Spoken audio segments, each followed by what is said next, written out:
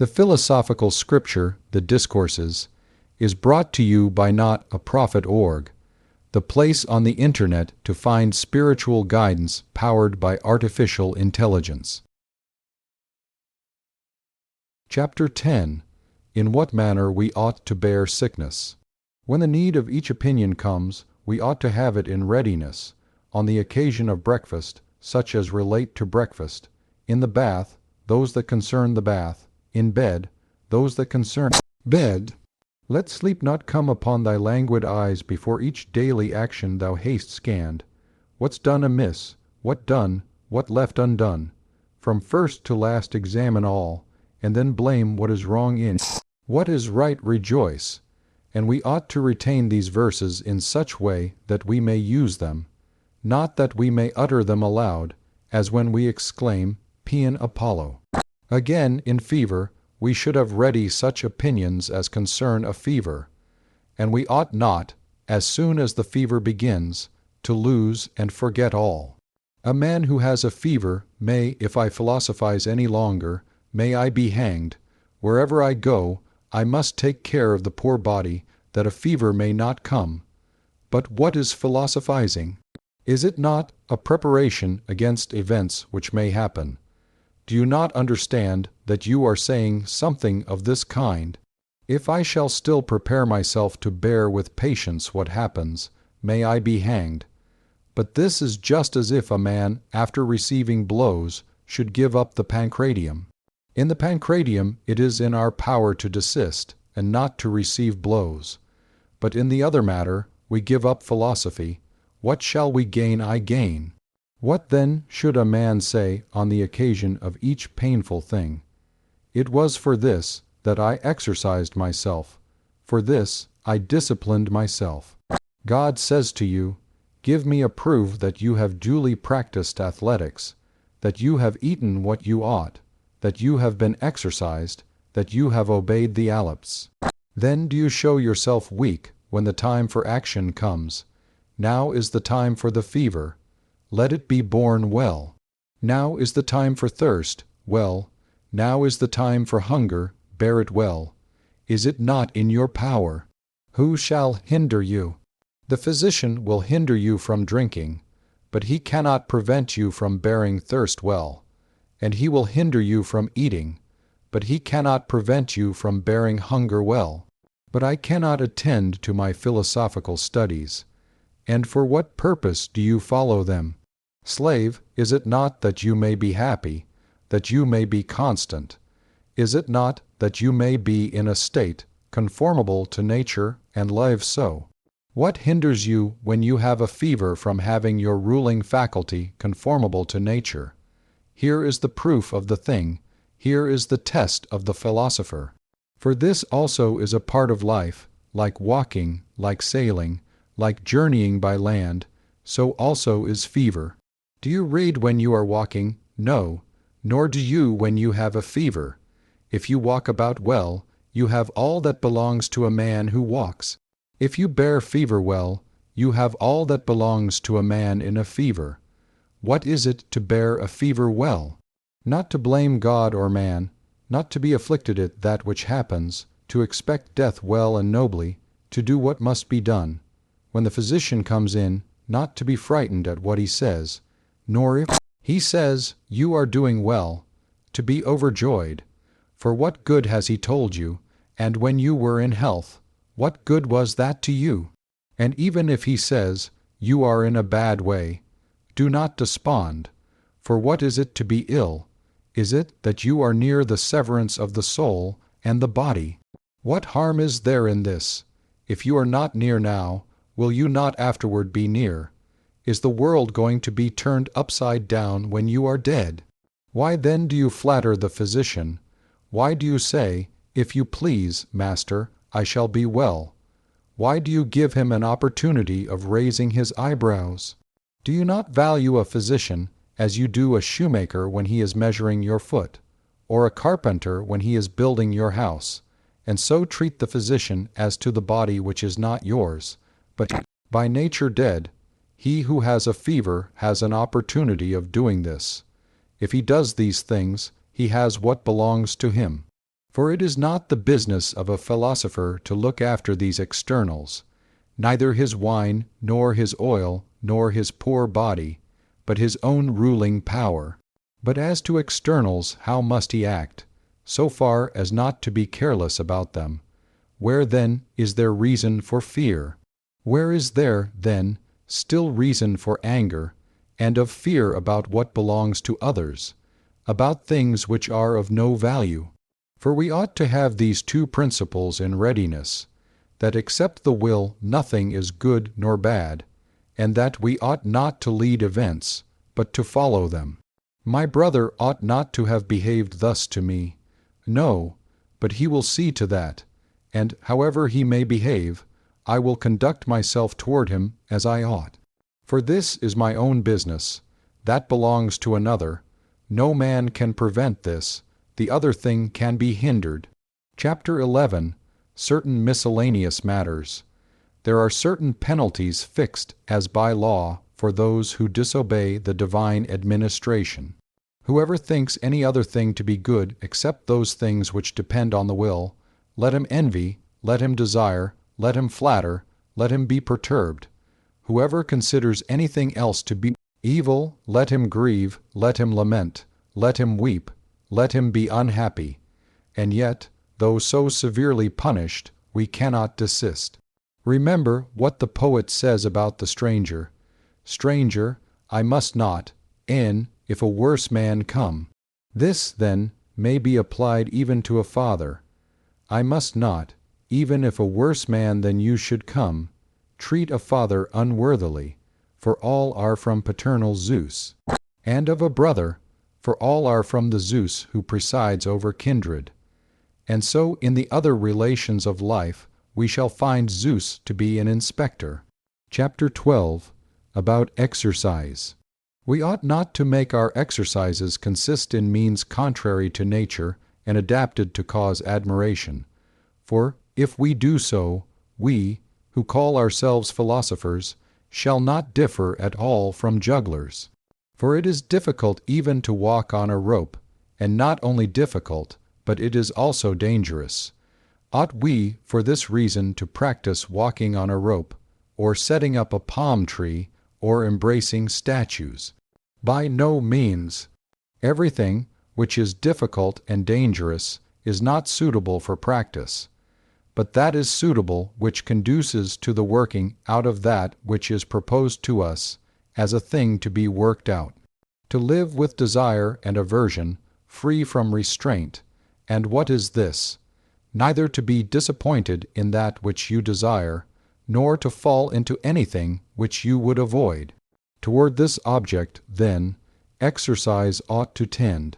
For since it is not possible to have your desire not disappointed, and your aversion free from falling into that which you would avoid, great and constant practice, you must know that if you allow your desire and aversion to turn to things which are not within the power of the will, you will neither have your desire capable of attaining your object, nor your aversion free from the power of avoiding that which you would avoid.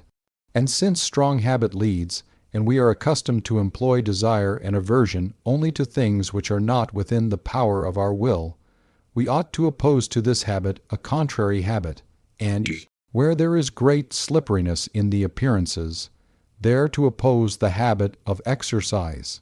I am rather inclined to pleasure. I will incline to the contrary side above measure for the sake of exercise. I am averse to pain. I will rub and exercise against this the appearances which are presented to me for the purpose of withdrawing my aversion from every such thing. For who is a practitioner in exercise? He who practices not using his desire, and applies his aversion only to things which are within the power of his will, and practices most in the things which are difficult to conquer. For this reason, one man must practice himself more against one thing, and another against another thing. What, then, is it to the purpose to set up a palm tree, or to carry about a tent of skins, or a mortar and a pestle? Practice, man, if you are irritable, to endure if you are abused, not to be vexed if you are treated with dishonor. Then you will make so much progress that, even if a man strikes you, you will say to yourself, "Imagine that you have embraced a statue." Then also exercise yourself to use wine properly, so as not to drink much, for in this also there are men who foolishly practice themselves. But first of all you should abstain from it, and abstain from a young girl and dainty cakes. Then at last, if occasion presents itself, for the purpose of trying yourself at a proper time, you will descend into the arena to know if appearances overpower you as they did formerly. But at first fly far from that which is stronger than yourself. The contest is unequal between a charming young girl and a beginner in philosophy. The earthen pitcher, as the saying is, and the rock do not agree. After the desire and the aversion comes the second topic of the movements toward action and the withdrawals from it, that you may be obedient to reason, that you do nothing out of season or place, or contrary to any propriety of the kind. The third topic concerns the assents, which is related to the things which are persuasive and attractive. For as Socrates said, we ought not to live a life without examination. So we ought not to accept an appearance without examination, but we should say, "Wait, let me see what you are and whence you come. Like the watch at night, show me the pass. Have you the signal from nature which the appearance that may be accepted ought to have?" And finally, whatever means are applied to the body by those who exercise it, if they tend in any way toward desire and it, aversion, they also may be fit means of exercise. But if they are for display, they are the indications of one who has turned himself towards something external, and who is hunting for something else, and who looks for spectators who will say, "Oh, the great man." For this reason, Apollonius said well, "When you intend to exercise yourself for your own advantage, and you are thirsty from heat, take in a mouthful of cold water, and spit it out, and tell nobody." Chapter 13. What solitude is, and what kind of person a solitary man is. Solitude is a certain condition of a helpless man. For because a man is alone, he is not for that reason also solitary. Just as though a man is among numbers, he is not therefore not solitary. When then we have lost either a brother, or a son, or a friend on whom we were accustomed to repose, we say that we are left solitary, though we are often in Rome, though such a crowd meet us, though so many live in the same place, and sometimes we have a great number of slaves.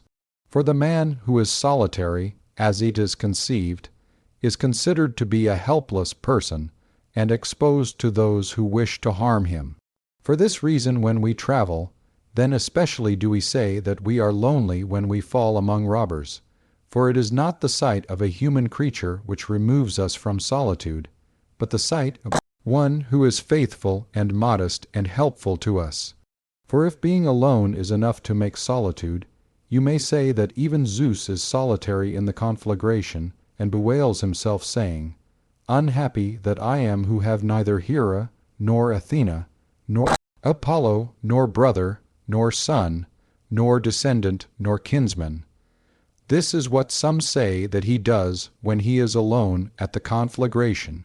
For they do not understand how a man passes his life when he is alone, because they set out from a certain natural principle, from the natural desire of community and mutual love, and from the pleasure of conversation among men. But none the less a man ought to be prepared in a manner for this also, to be able to be sufficient for himself, and to be his own companion.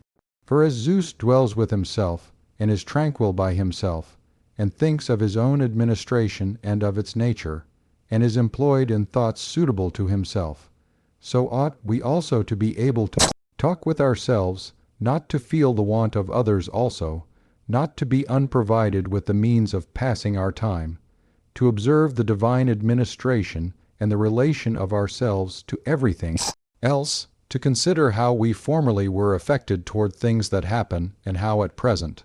What are still the things which give us pain?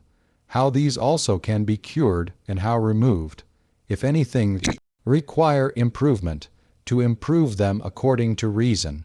For you see that Caesar appears to furnish us with great peace, that there are no longer enemies nor battles, nor great associations of robbers nor of pirates, but we can travel at every hour and sail from east to west. But can Caesar give us security from fever also? Can he from shipwreck, from fire, from earthquake, or from lightning? Well, I will say, can he give us security against love? He cannot. From sorrow, he cannot. From envy, he cannot. In a word, then he cannot protect us from any of these things. But the doctrine of philosophers promises to give us security even against these things. And what does it say? Men, if you will attend to me, wherever you are, whatever you are doing, you will not feel sorrow, nor anger, nor compulsion, nor hindrance, but you will pass your time without perturbations and free from everything. When a man has this peace, not proclaimed by Caesar, for how should he be able to proclaim it? But by God through reason, is he not content when he is alone? When he sees and reflects, now no evil can happen to me. For me there is no robber, no earthquake. Everything is full of peace, full of tranquility. Every way, every city, every meeting, neighbor, companion is harmless. One person whose business it is supplies me with food, another with raiment, another with perceptions and preconceptions. And if he does not supply what is necessary, he gives the signal for retreat, opens the door, and says to you, Go. Go whither? To nothing terrible, but to the place from which you came, to your friends and kinsmen, to the elements. What there was in you of fire goes to fire, of earth to earth, of air to air, of water to water. No Hades, nor Acron, nor Cocytus, nor Pyriphlegethon, but all is full of gods and demons. When a man has such things to think on, and sees the sun, the moon and stars, and enjoys earth and sea, he is not solitary nor even helpless. Well then, if some man should come upon me when I am alone and murder me, fool, not murder you, but your poor body. What kind of solitude then remains? What want? Why do we make ourselves worse than children? And what do children do when they are left alone? They take up shells and ashes, and they build something, then pull it down and build something else. And so they never want the means of passing the time. Shall I, then, if you sail away, sit down and weep, because I have been left alone and solitary? Shall I then have no shells, no ashes? But children do what they do through want of thought, and we through knowledge are unhappy. Every great power is dangerous to beginners. You must then bear such things as you are able, but conformably to nature, but not. Practice sometimes a way of living like a man in health. Abstain from food, drink water, abstain sometimes altogether from desire, in order that you may sometime desire consistently with reason. And if consistently with reason, when you have anything good in you, you will desire well. Not so, but we wish to live like wise men immediately, and to be useful to men. Useful how? What are you doing? Have you been useful to yourself? But, I suppose, you wish to exhort them. You exhort them. You wish to be useful to them. Show to them in your own example what kind of men philosophy makes, and don't trifle. When you are eating, do good to those who eat with you. When you are drinking, to those who are drinking with you. By yielding to all, giving way, bearing with them, thus do them good, and do not spit on them your phlegm. Chapter 14. Certain miscellaneous matters. As bad tragic actors cannot sing alone, but in company with many, so some persons cannot walk about alone. Man, if you are anything, both walk alone and talk to yourself, and do not hide yourself in the chorus. Examine a little at last, look around, stir yourself up, that you may know who you are. When a man drinks water, or does anything for the sake of practice, Whenever there is an opportunity, he tells it to all. I drink water. Is it for this that you drink water, for the purpose of drinking water? Man, if it is good for you to drink, drink. But if not, you are acting ridiculously. But if it is good for you and you do drink, say nothing about it to those who are displeased with water, drinkers. What then do you wish to please these very men? Of things that are done, some are done with a final purpose, some according to occasion, others with a certain reference to circumstances, others for the purpose of complying with others, and some according to a fixed scheme of life. You must root out of men these two things, arrogance and distrust. Arrogance, then, is the opinion that you want nothing, but distrust is the opinion that you cannot be happy when so many circumstances surround you. Arrogance is removed by confutation, and Socrates was the first who practiced this, and that the thing is not impossible, inquire and seek. This search will do you no harm, and in a manner this is philosophizing, to seek how it is possible to employ desire and aversion without impediment. I am superior to you, for my father is a man of consular rank. Another says, I have been a tribune, but you have not. If we were horses, would you say, my father was swifter? I have much barley and fodder, or elegant neck ornaments. If, then, while you were saying this, I said, be it so, let us run then. Well, is there nothing in a man such as running in a horse, by which it will he known which is superior and inferior? Is there not modesty, fidelity, justice? Show yourself superior in these, that you may be superior as a man. If you tell me that you can kick violently, I also will say to you that you are proud of that which is the act of an ass. Chapter 15. That we ought to proceed with circumspection to everything. In every act consider what precedes and what follows, and then proceed to the act. If you do not consider, you will at first begin with spirit, since you have not thought at all of the things which follow. But afterward, when some consequences have shown themselves, you will basely desist. I wish to conquer at the Olympic Games, and I too, by the gods, for it is a fine thing.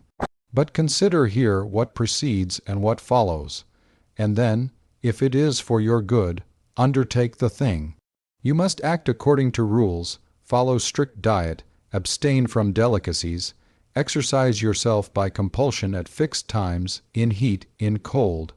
Drink no cold water nor wine when there is opportunity of drinking it. In a word, you must surrender yourself to the trainer as you do to a physician. Next in the contest, you must be covered with sand, sometimes dislocate a hand, sprain an ankle, swallow a quantity of dust, be scourged with the whip. And after undergoing all this, you must sometimes be conquered. After reckoning all these things, if you have still an inclination, go to the athletic practice. If you do not reckon them, observe you behave like children who at one time you play as wrestlers, then as gladiators, then blow a trumpet, then act a tragedy, when they have seen and admired such things. So you also do. You are at one time a wrestler, then a gladiator, then a philosopher, then a rhetorician. But with your whole soul you are nothing.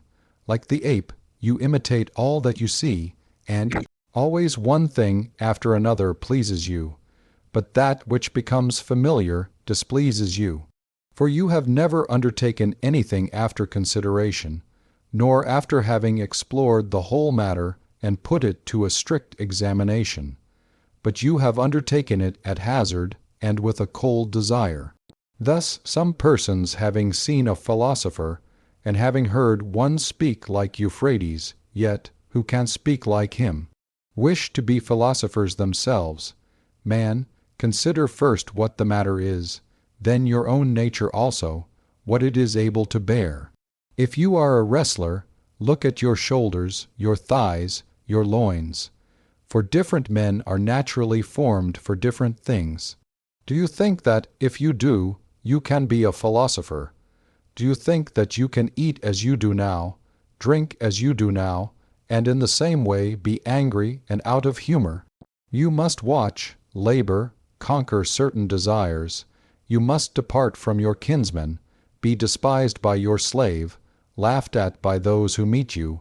In everything you must be in an inferior condition. As to magisterial office, in honors, in courts of justice. When you have considered all these things completely, then, if you think proper, approach to philosophy. If you would gain in exchange for these things freedom from perturbations, liberty, tranquility, if you have not considered these things, do not approach philosophy. Do not act like children, at one time a philosopher, then a tax collector, then a rhetorician, then a procurator of Caesar. These things are not consistent. You must be one man either good or bad. You must either labor at your own ruling faculty or at external things. You must either labor at things within or at external things. That is, you must either occupy the place of a philosopher or that of one of the vulgar. A person said to Rufus when Galba was murdered, "Is the world now governed by Providence?" But Rufus replied, "Did I ever incidentally form an argument from Galba that the world is governed by Providence?"